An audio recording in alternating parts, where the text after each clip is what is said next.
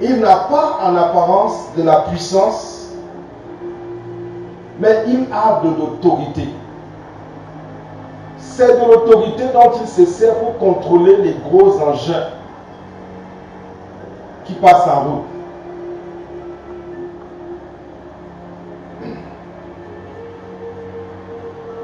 Il a l'autorité.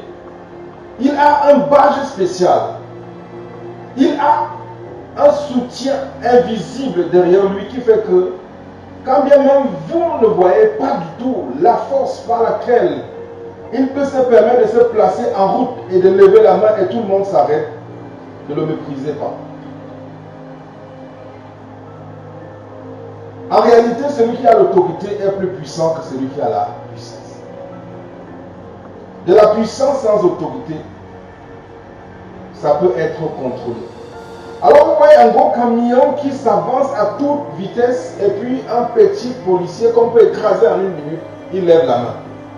Et le camion doit s'arrêter. Est-ce que vous êtes ici?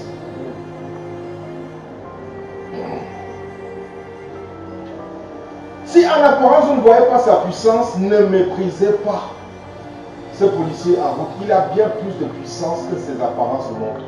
Il a le soutien de tout un gouvernement. Défiez-le, vous aurez défié un gouvernement. Défiez-le, attendez-vous à affronter un gouvernement. Et personne ne peut affronter l'autorité d'un gouvernement, d'un État dans un État.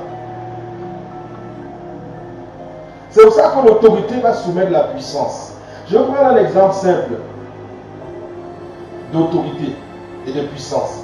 Un groupe électrogène peut générer des milliers et des milliers de kilowatts d'énergie. C'est de la puissance. Ça peut même vous tuer. L'électricité que ça produit peut vous tuer. C'est de l'hyperpuissance. Mais vous voyez un petit bouton pour stopper ça. Ça, c'est l'autorité.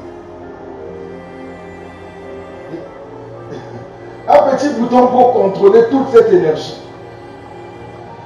Si le moteur est puissant, l'interrupteur est l'autorité. Vous entrez dans une salle et puis vous appuyez un petit bouton sur un mur. Ça, c'est l'autorité. L'autorité commande. L'autorité ordonne. L'autorité ne fait pas beaucoup de bruit. Mais l'autorité est celui qui est au contrôle.